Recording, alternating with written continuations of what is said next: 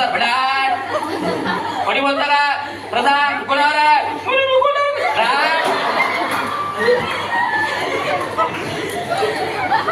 मग त्या पोरीची थोडीशी हानी झाली म्हणे मी तर कोणावरच नाही मी फक्त पंकजवर आहे म्हणे पण मी एकटीच नाही आहे म्हणे ते श्रीकांतवरही आहे म्हणे ते तुषारवरही आहे म्हणे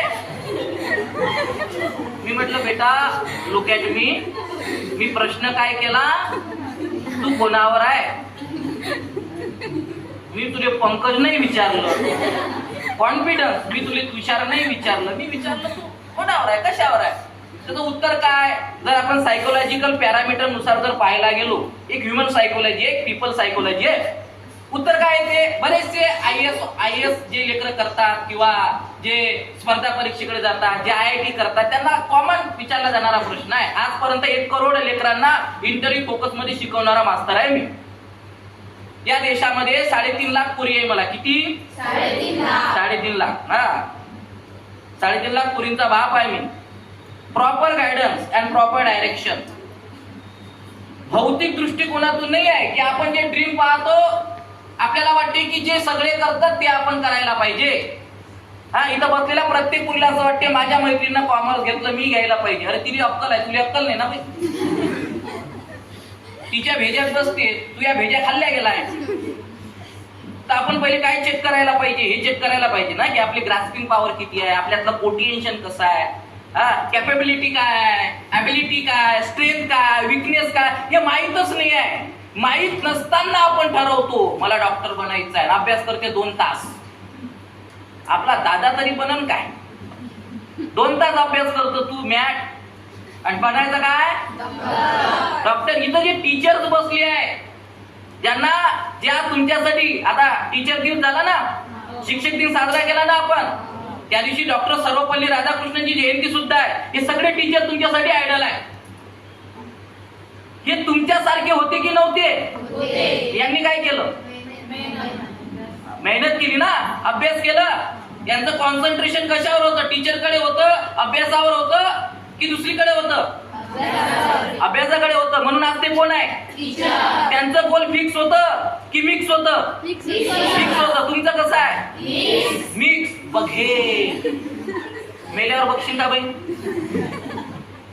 बघू काय काय पूर्ण मी विचारतो आता 12th ला हल्ली इन्स्टंट 365 दिवसात 10 महिन्याच्या आतमध्ये तुम्ही किती घंटे इन्व्हेस्ट करता स्कूल कॉलेज अँड ट्युशन मध्ये याच्यावरून एक आकडा काढा कॅल्क्युलेशन करा की एवढे घंटे मी इन्व्हेस्ट केल्यानंतर मला त्याचा आउटपुट काय भेटणार आहे 70, 80, 90 आणि भेटत नसेल तर जे मी तास इन्व्हेस्ट केले घंटे इन्व्हेस्ट केले की वेस्ट केले तुमचं तुम्ही बघायचं ज्या पोरीला टीचर शिकवताना कळत नसेल तर याचा अर्थ ती तिचा वेळ वेस्ट गमावत आहे इन्व्हेस्ट नाही कारण टीचर सेम आहे ते आयडल आहे तुमच्यासाठी ते तुम्हाला नेहमी सांगतात लक्ष द्या 12th इम्पॉर्टंट आहे टर्निंग पॉइंट आहे तुम्ही 11th ला जर असाल तर 11 हा बेस आहे 12th साठी पाया मजबूत करा एखादी इमारत आपल्याला बांधायची आहे त्यासाठी काय मजबूत करावं लागतं पाया जर मजबूत आपण केला तर काय मजबूत होते घर त्याच्यावर कितीही मजले तुम्ही बांधा ते पडेल का पण आपलं 10th नंतर 11th जर मजबूत नसेल तर 12th मध्ये तुम्ही 80, 70, 90% कसे घ्याल प्रश्न असा आहे की टीचर शिकवत असताना आपलं लक्ष कुठं असायला पाहिजे त्याला काय म्हणते कॉन्सन्ट्रेशन एकाग्रता त्यांच्याकडे पहा ते काय शिकवतात ते काय बोलतात काही समजत नसेल व्हाईस समजते ना वर्ड्स त्यांच्या तोंडाकडे पहा चेहऱ्याकडे पहा डोळ्याकडे पहा आय कॉन्टॅक्ट तुम्हाला बॉडी लँग्वेज कडून तर कळेल की नेमकं काय एखाद्या मुक्या पोराला जर काही मागायचं असेल ते कसं ऍक्शन करते हा त्याची भाषा त्याच्या मायला समजते ती माय टीचर आहे का प्रोफेसर आहे का मग तिला कसं करते तुम्हाला तोंड आहे बोलता येते ब्रेन आहे फिलिंग्स आहे यांच्या भावना यांच्या फिलिंग्स यांची टीचिंग जर तुम्हाला समजत नसेल तर येड्यावर स्वप्न पाहायचा अधिकार तुम्हाला कोणी दिला तुमचे मायबाप तुमच्यासाठी काबाड कष्ट करतात मेहनत करतात इथं इंजिनियरची किती अवलाद बसली आहे सांगा बरं मला याची मायबाप इंजिनियर आहे डॉक्टर आहे कलेक्टर आहे प्रिन्सिपल आहे लेक्चरर आहे का कोणी नाही ना मग त्यांच्या नजरेत तुमच्याबद्दल काय अपेक्षा आहे हिच्याबद्दल की माझी पोरगी कोण व्हायला पाहिजे, माझं पोरगं कोण व्हायला पाहिजे. माझं पोरगं, माझी इच्छा आहे की पोरीच्या मागाला लागायला पाहिजे या वयात. माझी इच्छा आहे की माझी पोरगी पोराच्या मागाला लागायला पाहिजे या वयात, की या वयात तिने ठरवायला पाहिजे. I decide and you decide की येणाऱ्या 5 वर्षामध्ये 12th नंतर, ग्रॅज्युएशन कंप्लीट केल्यानंतर माझं करिअर काय असायला पाहिजे, मी कोण असायला पाहिजे 5 वर्षानंतर, 10 वर्षानंतर. आज माझ्याकडे खायची सोय नाही.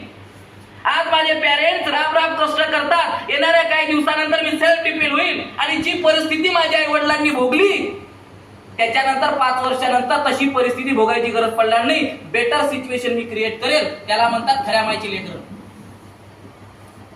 काय शिकायचं? तुमच्या पेरेंट्सला असं शिकायला भेटलं नाही.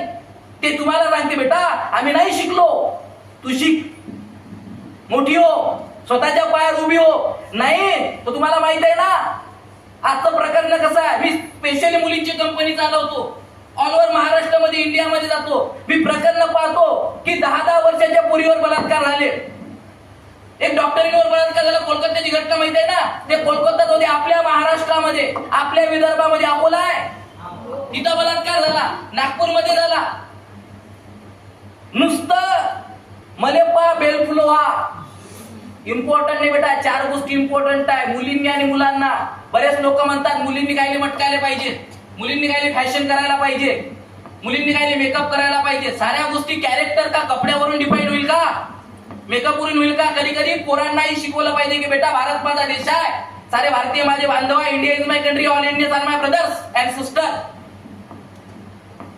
तुझी बहीण जशी तुला वाटते ना तसंच भारतातल्या सगळ्या पोरींना आपली बहीण मान. अत्याचार होईल का, बलात्कार होईल का?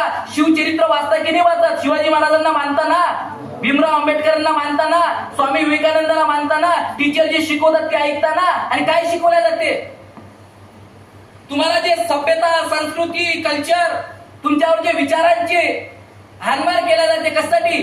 तुम्ही एक प्रतिष्ठित व्यक्ती बनले पाहिजे. पण प्रॉब्लेम काय आमचा, आम्हाला तसं बनता येत नाही. आता बरेच लेकरं इथं बसले आहे. मी जे बोलून राहिलो कित्येक मुलांना कळणार नाही. कित्येक मुलं म्हणा चायला मी का बसली इथं. मी तर माझ्या क्लासरूम मध्ये ठीक होती ना. माझ्याकडे मोबाईल आहे. जर इथं बसली नसती 10 मिनिटं मी चॅटिंग केली असती, मी कॉलिंग केली असती, मी बोलली असती. टाइमपास. LOV लव नावाचा शब्द आहे. त्याला जर तुम्ही त्याचं कॅल्क्युलेशन केलं ना, त्याला जर तुम्ही समजून घेतलं ना, तर शेवटचा जो येतो VE म्हणजे एंड ऑफ लाईफ, V म्हणजे वेस्ट ऑफ टाइम. या एज मध्ये 8वी 9वी 10वी मी फिरतो. बरेच पेरेंट्स माझ्याकडे येतात. बऱ्याच कॉलेजला मी लेक्चर द्यायला जातो. मी तर तुमच्या इथं तसाच आलो ना. मला वाटलं हा जो महिना आहे सप्टेंबर महिना, या महिन्यात माझा वाढदिवस आहे आणि प्रत्येक डिस्ट्रिक्टला जेवढे तालुक्यात 10 तरी तालुक्यात मी जातो. का? कारण माझ्या बहिणींना, माझ्या भावांना कळायला पाहिजे की हेच वय आहे, हेच एज आहे. या एज मध्ये जर तुम्ही ठरवलं नाही नंतर तुम्हाला वय भेटणार नाही. आज तिथं पोरी बसली आहे. तुमची माई जे काम करते ते मोलकरीसारखं करते की मालकींसारखं करते? उद्या तुम्ही जर काही नाही बनला तर तुम्ही एज्युकेटेड मोलकरीन बना. याच्यापेक्षा दुसरं काही नाही. मग ठरवता आलं पाहिजे. माझी आई जे करते त्यापेक्षा मी वेगळं करायला पाहिजे असेल तर काहीतरी बढिया शिकलं पाहिजे. कॉमन सेन्स आहे की नाही? मग या कॉमन सेन्सचा वापर करा. जर टीचर तुम्हाला शिकवत असेल तर काय लागतंय? कॉन्सन्ट्रेशन. काय लागतं? आणि नंबर दुसरी गोष्ट जी लागते ते लागते अंडरस्टँडिंग. काय लागते? कॉन्सन्ट्रेशन नसेल तर अंडरस्टँडिंग कुठून येईल? ना तुमची घरात अंडरस्टँडिंग आहे, ना टीचर सोबत अंडरस्टँडिंग आहे, ना घरात आहे, ना टीचर कडे आहे, ना तुमच्या आपसात अंडरस्टँडिंग आहे, ना अभ्यासाविषयी अंडरस्टँडिंग आहे. मला सांगा तुम्हाला काय वाटते तुम्ही कोण होणार? बरेचदा मार्केटमध्ये गेल्यानंतर 10 पुढच्या गाड्या लागलेल्या असतात माहितीये तुम्हाला. तिथं गेल्यानंतर आपली एक इच्छा तयार होते, मी कोणतं फूड खायला पाहिजे? पावभाजी खायला पाहिजे, मंचुरियन खायला पाहिजे, शिदोडं खायला पाहिजे, आपण न्यूडल म्हणतो आहे ना. मी बाजारात गेल्यानंतर, मॉलमध्ये गेल्यानंतर, दुकानाकडे गेल्यानंतर कोणते कपडे विकत घ्यायला पाहिजे इच्छा आहे ना. मी कोणासोबत मैत्री करायला पाहिजे इच्छेचा भाग आहे ना. आहे की नाही आहे? मी कसं मेकअप करायला पाहिजे, कशी राहायला पाहिजे इच्छा आहे ना. मी कसा अभ्यास करायला पाहिजे, मी काय व्हायला पाहिजे जीवनामध्ये ही इच्छा का नाही आहे? माझ्या बापाचं नाव मी रोशन करायला पाहिजे ही इच्छा का नाही आहे?